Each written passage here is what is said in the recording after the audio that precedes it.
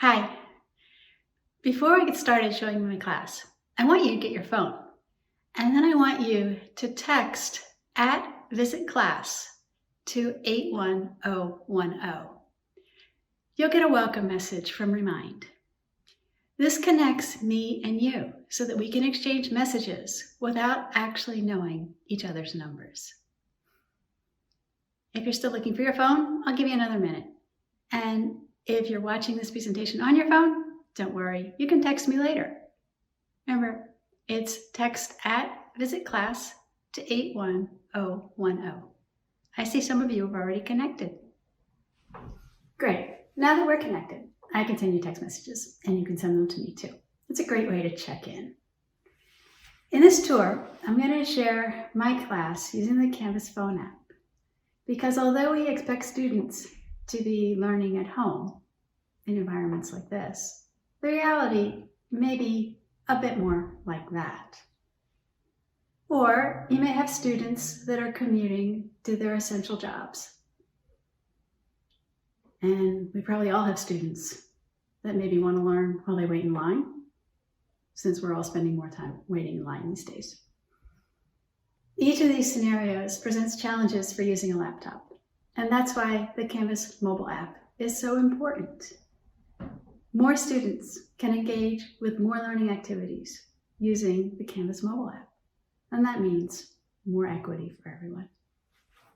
In addition to equity, my goals for this class are to give students choices, make sure they can succeed in a reasonable amount of time, encourage them to be independent learners and collaborators, and make it enjoyable enough that they retain the material, all while using a device that's intrinsically more humanized than a laptop. This is an art class where students create pictures by drawing or photo manipulation. And I know you're thinking, that's not at all what you do or what your students need. But there's a lot of things here that transcend the subject matter, and they're useful in many other classes as well. So let's take a look around. Did you get my text message? Great. You can reply to it. Send one back to me. I'd love to hear from you. I'm going to get my phone and open up the Canvas app, and I'll pick this class, which is illustration.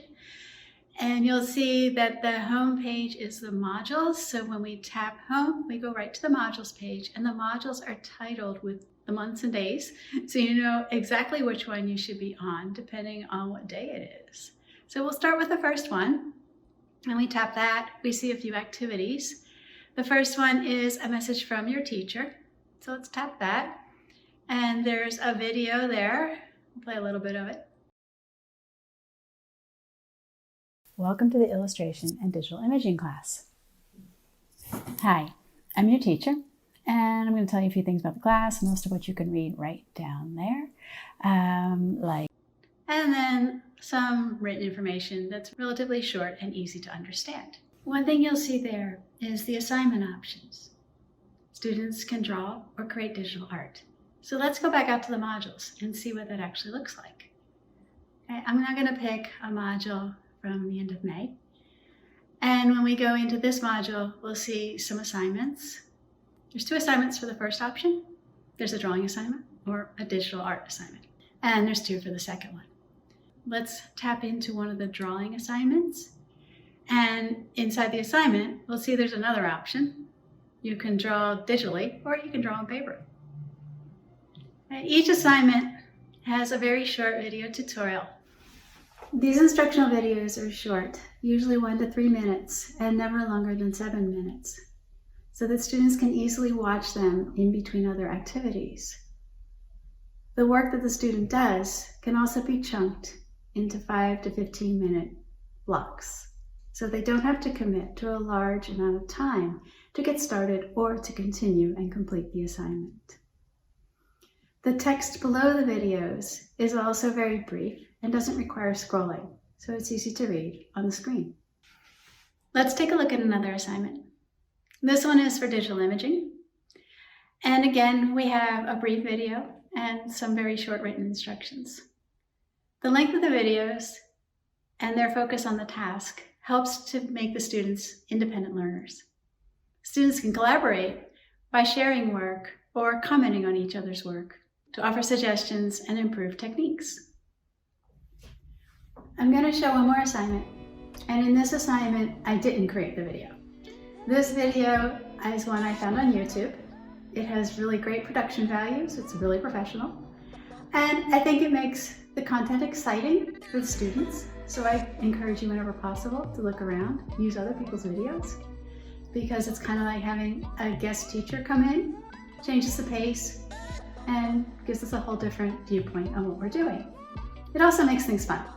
Right? So we want to make it enjoyable and keep students interested, having a good time, so that they retain some of the content. All right, so you've seen a bit of my class. Now I want to get back to why it's on the phone. The phone is a really familiar human communication tool. It's great for calling people and talking to them. It's also really good for sending text messages. And it's pretty good at sharing videos and photos too. So if you want to increase the possibility of communicating, connecting, and exchanging ideas with your students to humanize your class, the phone is a great tool to use. And if you're using the Canvas Student app, they're just one tap away from another way to connect. We can use the rest of our time for Q&A, or if you want to see something specific inside my class, I'm happy to show you. I also want to remind you to check your text messages because I sent you something. Take care.